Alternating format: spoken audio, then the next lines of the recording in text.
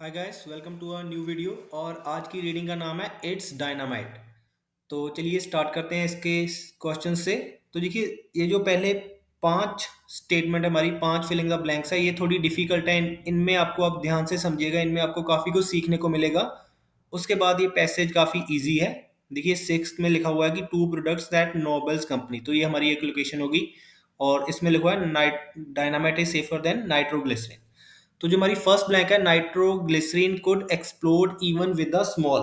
तो देखिए, कुड का मतलब हो सकती है, और एक्सप्लोड का मतलब होता है फटना। जैसे कि हमारा बॉम्ब ब्लास्ट होता है, बॉम्ब फटता है, तो एक्सप्लोड होता है फटना। तो हमने ढूंढना क्या है कि नाइट्रोग्लिसरीन जो है एक्सप्लोड कर सकती है, फट सकती है, इवन विद अ स्मॉल, कि छोटे से किसी चीज के कारण फट सकती है ये। दट दस it was the cause of a growing dash, इसीलिए ये कारण है किसी चीज के ग्रो करने का। तो ये दो हमारी ब्लैंक्स है। तो सबसे पहले हमने ढूंढना है कि nitroglycerin could explode even with a small. तो चलिए स्टार्टिंग से स्टार्ट करेंगे। In 1866 American landlord company was constructing. देखिए, हम क्या ढूंढेंगे, एक्सप्लोड का ढूंढेंगे। देखिए, एक्सप्लोजिव लिखा हुआ है यहाँ पर। They encountered particularly hard rock and ordered 3 crates of the only blasting explosive that could do the job. तो हमने ढूंढा है कि नाइट्रोग्लिसरीन किस चीज से फट सकती है। नाइट्रोग्लिसरीन, देखिए इस लाइन में एक्सप्लोजिव भी था, नाइट्रोग्लिसरीन भी थी, लेकिन किस चीज से फट जाए। दे एनकाउंटर्ड पर्टिकुलरली हार्ड रॉक। देखिए, एनकाउंटर्ड का मीनिंग आपको मैंने, अगर आप वर्ड मीनिंग अच्छे से सीखते हैं तो मैंने एक वीडियो में समझाया था कि सामने आना। तो एनकाउंटर, तो उन्होंने हार्ड रॉक तो उनके सामने आई थी या उन्हें मिली थी, उनको उनको मिली थी। फाइंड फाउंड इसका मीनिंग हो सकता है एनकाउंटर का, आप नोट कर लीजिएगा।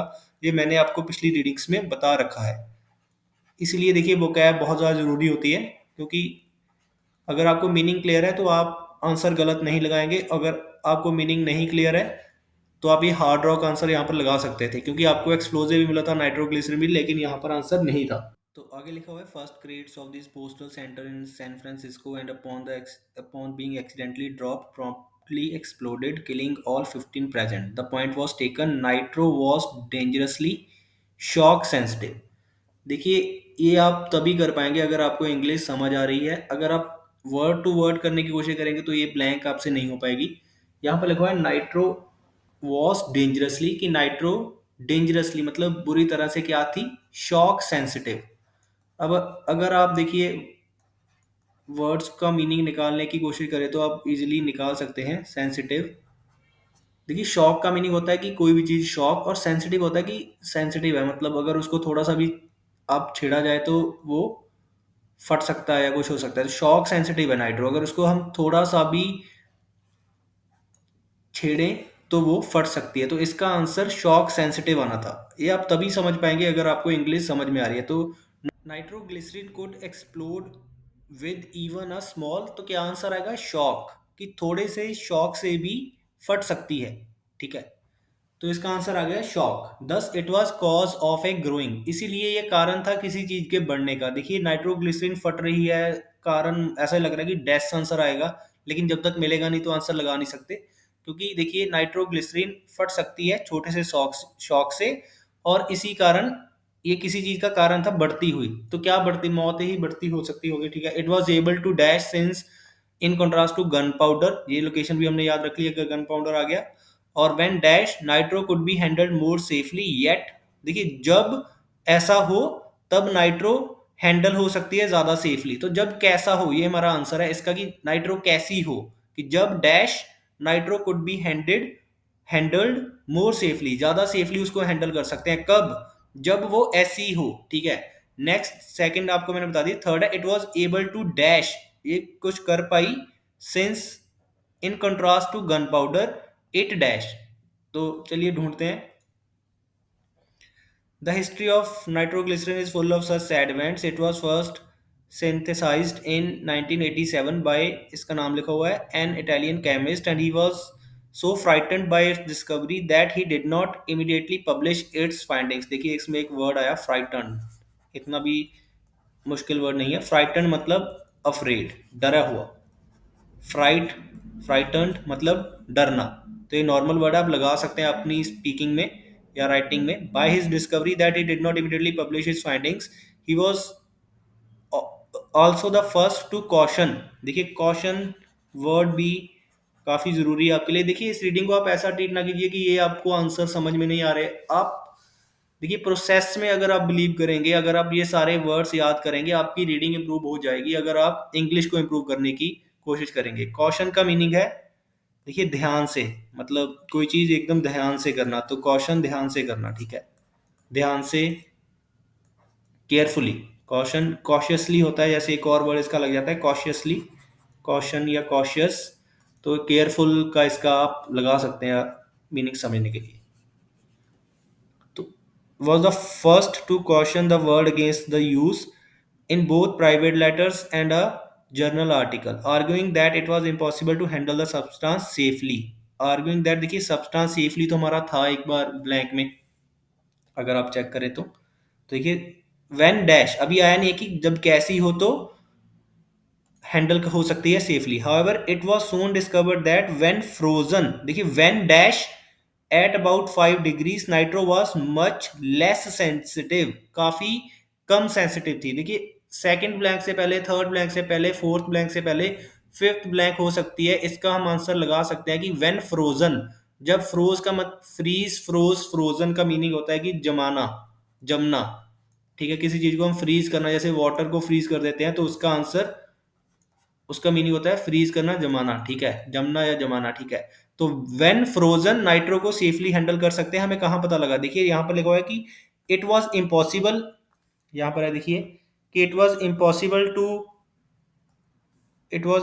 To handle the substance safely, पर हाउएवर बट होता है पूरा, पर जब ये फ्रोजन हो तब ये लेस सेंसिटिव होती है। तो देखिए यहाँ पर इस लाइन में था कि इम्पॉसिबल है उसको सेफली हैंडल करना, लेकिन जब उसको फ्रीज कर दें या फ्रोजन हो वो, तब उसको कम सेंसिटिव होती है। तो फ्रोजन आंसर आ जाएगा हमारा फिफ्थ ब्लैंक का। नेक्स्ट देखिए, आगे बढ़ेंगे। The problem was then in thawing it back into liquid form.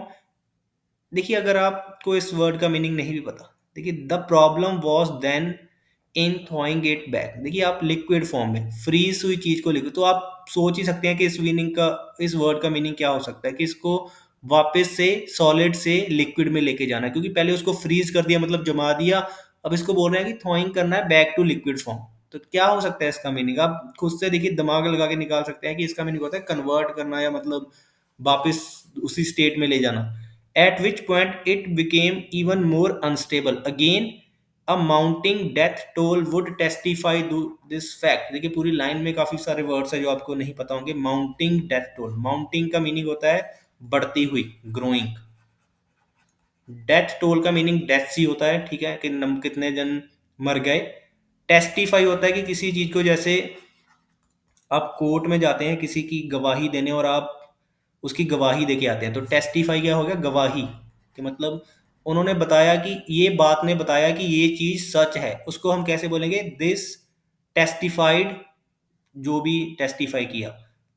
जैसे कि आप सोचिए कि आपने गवाही दी किसी के लिए, तो ये यू या ही टेस्टिफाइड फॉर द कॉन्विक्ट, कि उसके लिए टेस्टिफाई किया मतलब गवाही दे के आए। तो ये बात की गवाही कौन देता है कि ये मतलब अनस्टेबल है, माउंटिंग डेथ टोल मतलब बढ़ती हुई मौतें। तो देखिए सेकंड ब्लैंक का था answer, it was cause of growing, क्या, it was cause of growing death, thus it was the cause of a growing death, या डेथ टोल भी आंसर आ जाएगा हमारा, ठीक है, डेथ टोल। तो सेकंड का आंसर हो गया मेरा डेथ टोल। अभी हमने गन पाउडर ढूंढना है, उसके बाद हमारा थर्ड आंसर हो पाएगा ग्रोइंग डेथ टोल या death. It was able to dash since, gunpowder हम ढूंढेंगे जल्दी से अब इसके बाद। तो देखिए गन पाउडर ढूंढना था, गन पाउडर हमें मिल गया यहाँ पर। तो एक बार ब्लैंक का मीनिंग समझते हैं। देखिए काफ़ी बढ़िया इंग्लिश लिखी हुई है, it was able to, it क्या है यहाँ पर, नाइट्रोग्लिसरीन, कि नाइट्रोग्लिसरीन ये काम कर पाई। देखिए एबल टू, जैसे he was able to do the job, तो इसका मीनिंग होता है कि वो काम कर पाया, he was able to. Able to का मीनिंग होता है कि क्या कोई चीज कर पाना, he was able to do the job. तो देखिए यहाँ पर इट लगा हुआ है कि नाइट्रोग्लिसरीन कोई काम कर पाई, हमें ये ढूंढना है यहाँ पर कि नाइट्रोग्लिसरीन क्या कर पाई, since in contrast to gunpowder, क्यों कर पाई, या मतलब क्या लिखा है उन्होंने कि गन पाउडर के कंट्रास्ट में, मतलब गन पाउडर के कंट्रास्ट का मीनिंग होता है ऑपोजिट, कि गन पाउडर के ऑपोजिट ये फिर से इट आ गया, इट मतलब नाइट्रोग्लिसरिन ये होती है। तो इस पूरी लाइन को अगर मैं ब्लैंक करने से पहले अगर समझना चाहूं तो इसका मीनिंग आएगा कि नाइट्रोग्लिसरिन ये काम कर पाई, nitroglycerin it was able to dash, nitroglycerin ये कर पाई क्योंकि ये गन पाउडर के ऑपोजिट ये कर पा रही है। तो दोनों ही नाइट्रोग्लिसरिन की प्रॉपर्टीज और काम बताया हुआ है। तो चलिए इसको ढूंढेंगे वहां पर। एक देखिए प्रॉपर्टी है और एक काम। तो नाइट्रोग्लिसरीन हमें मिल गया था यहाँ पर, तो ढूंढेंगे इसके आगे। That it burns from layer to layer producing gases which expand at less than the speed of sound.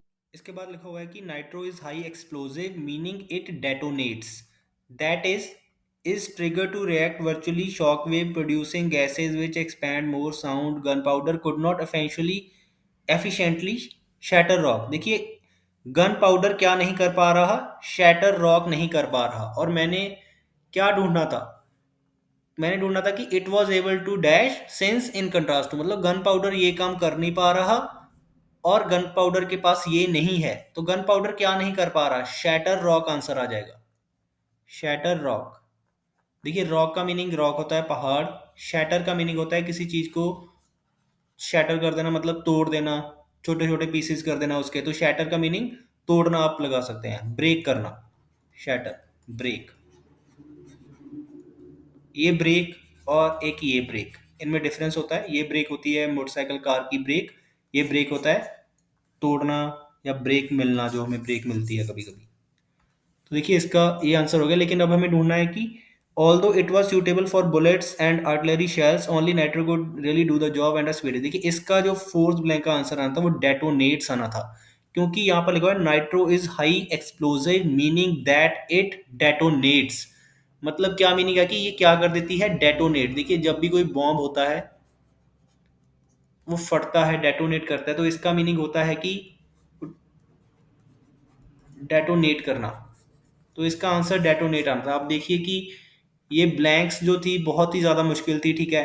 ये नॉर्मल अगर आपको इंग्लिश समझ नहीं आ रही है तो मुझे नहीं लगता आप एक से ज़्यादा ब्लैंक कर पाएंगे। लेकिन इसका मीनिंग ये नहीं है कि आपको नेक्स्ट अगर ऐसी रीडिंग आ गई तो आप तभी कर पाएंगे। देखिए ये एक प्रोसेस है, अगर आपने सारे वर्ड मीनिंग नोट किए होंगे और अगर आप इंग्लिश मीनिंग निकालने पर प्रैक्टिस करेंगे तभी आप ये सारी चीज़ें कर पाएंगे। तो होपफुली आप समझेंगे इसको। देखिए नेक्स्ट ब्लैंक्स जो अब होने वाली हैं बहुत ही ज़्यादा ईजी हैं। देखिए नेक्स्ट ब्लैंक है what were the two products. देखिए मुझे टू प्रोडक्ट्स ढूंढने हैं जो कि नोबल्स कंपनी ओरिजिनली मैन्युफैक्चर करती थी। ओरिजिनली का मीनिंग होता है कि स्टार्टिंग में, बाद में चाहे वो जो मर्जी मैन्युफैक्चर करने लग पड़े, लेकिन पहले ओरिजिनली क्या करती थी, टू प्रोडक्ट्स मुझे ढूंढने हैं।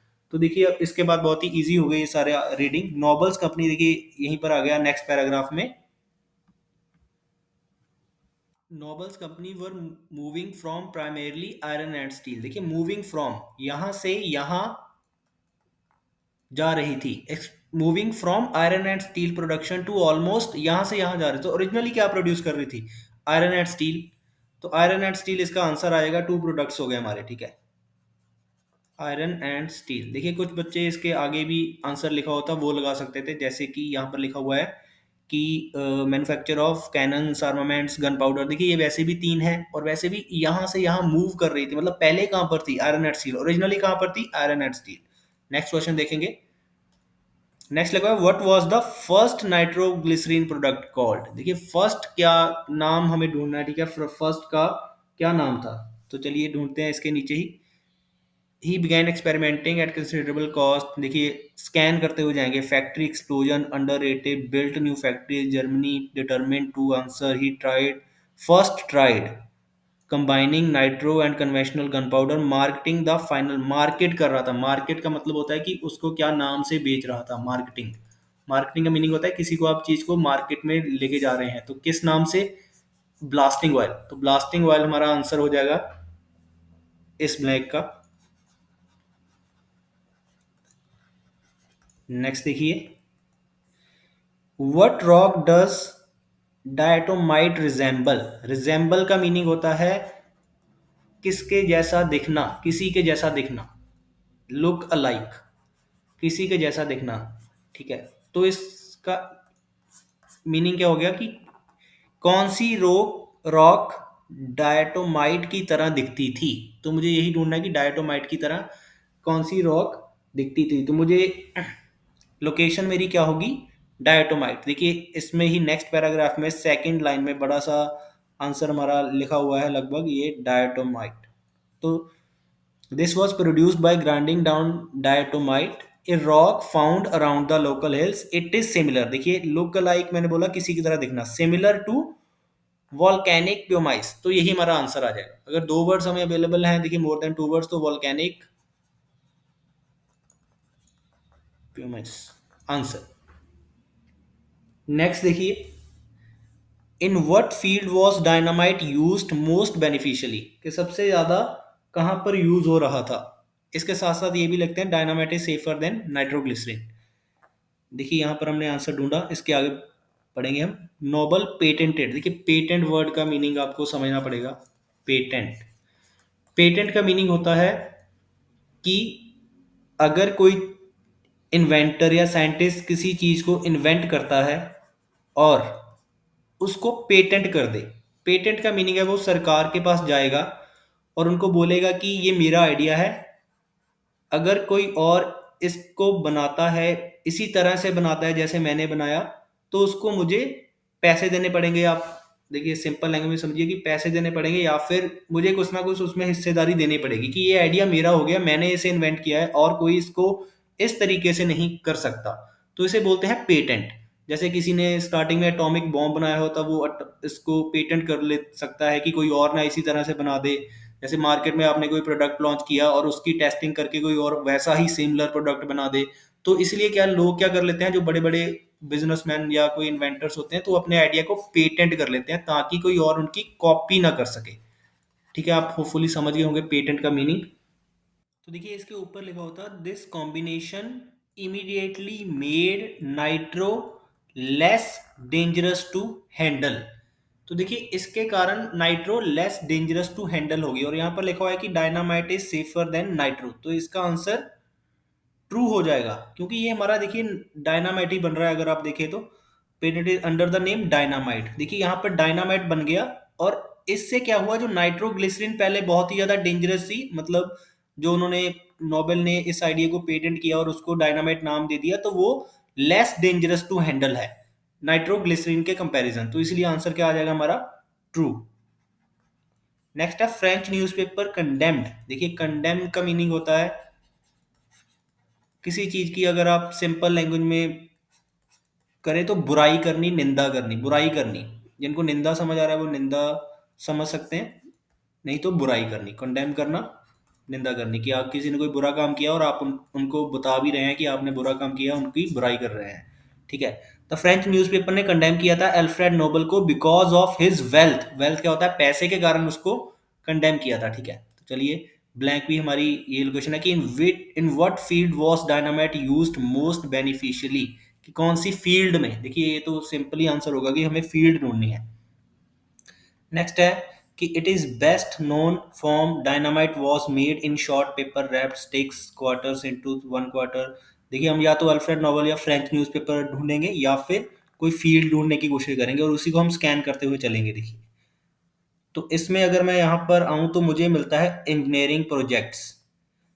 In what field was dynamite used most beneficially, yet while high explosives serve a commendable purpose in peacetime engineering projects, Nobel's fortune was based on weapons of death and destruction। देखिए peace time engineering projects में काफी उन्होंने commendable purpose, commendable का मतलब होता है बढ़िया, तो इसका आंसर आएगा इंजीनियरिंग प्रोजेक्ट्स, क्योंकि फील्ड कौन सी है, इंजीनियरिंग।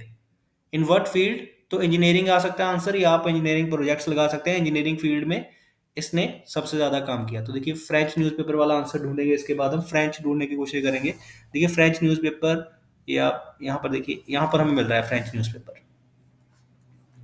ये देखिए French newspaper mistakenly thought it was the death of Alfred himself Alfred happened to be in France at that time, and one can only wonder at his reaction upon reading about his own death. Yet the obituary was harsh and condemning, calling Nobel the merchant of death, someone who became rich by finding ways to kill more people faster than ever before. It was certainly this event which influenced him in to write last testament. देखिए तो यहाँ पर हमारा answer है.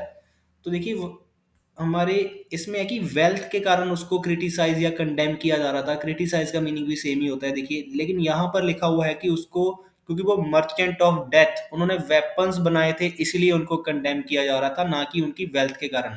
वो अमीर हो चुके थे क्योंकि उन्होंने वेपन बनाए और वो उनको सेल कर दिया, वो या फिर वो सेल हो गए, बिक गए, लोगों को चाहिए थे जो भी.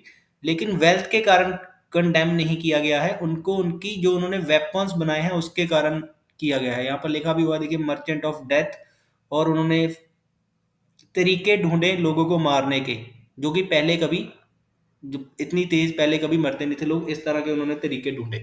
तो इसका आंसर हमारा हो जाएगा फॉल्स, क्योंकि वेल्थ के कारण नहीं, जो उन्होंने काम किया है उसके कारण उन्हें क्रिटिसाइज या कंडेम किया गया था. नेक्स्ट है हमारा Nobel's will left some money to his friends. कि नोबल्स की विल, विल क्या होता है देखिए, एक तो हमारा आई विल ये होता है, एक विल होती है जो वसीयत होती है हमारी, ठीक है, कि मतलब जो हम छोड़ के जाते हैं अपने फैमिली मेंबर्स के लिए अपनी प्रॉपर्टी, पैसे, जो भी, उसको विल बोलते हैं, ठीक है.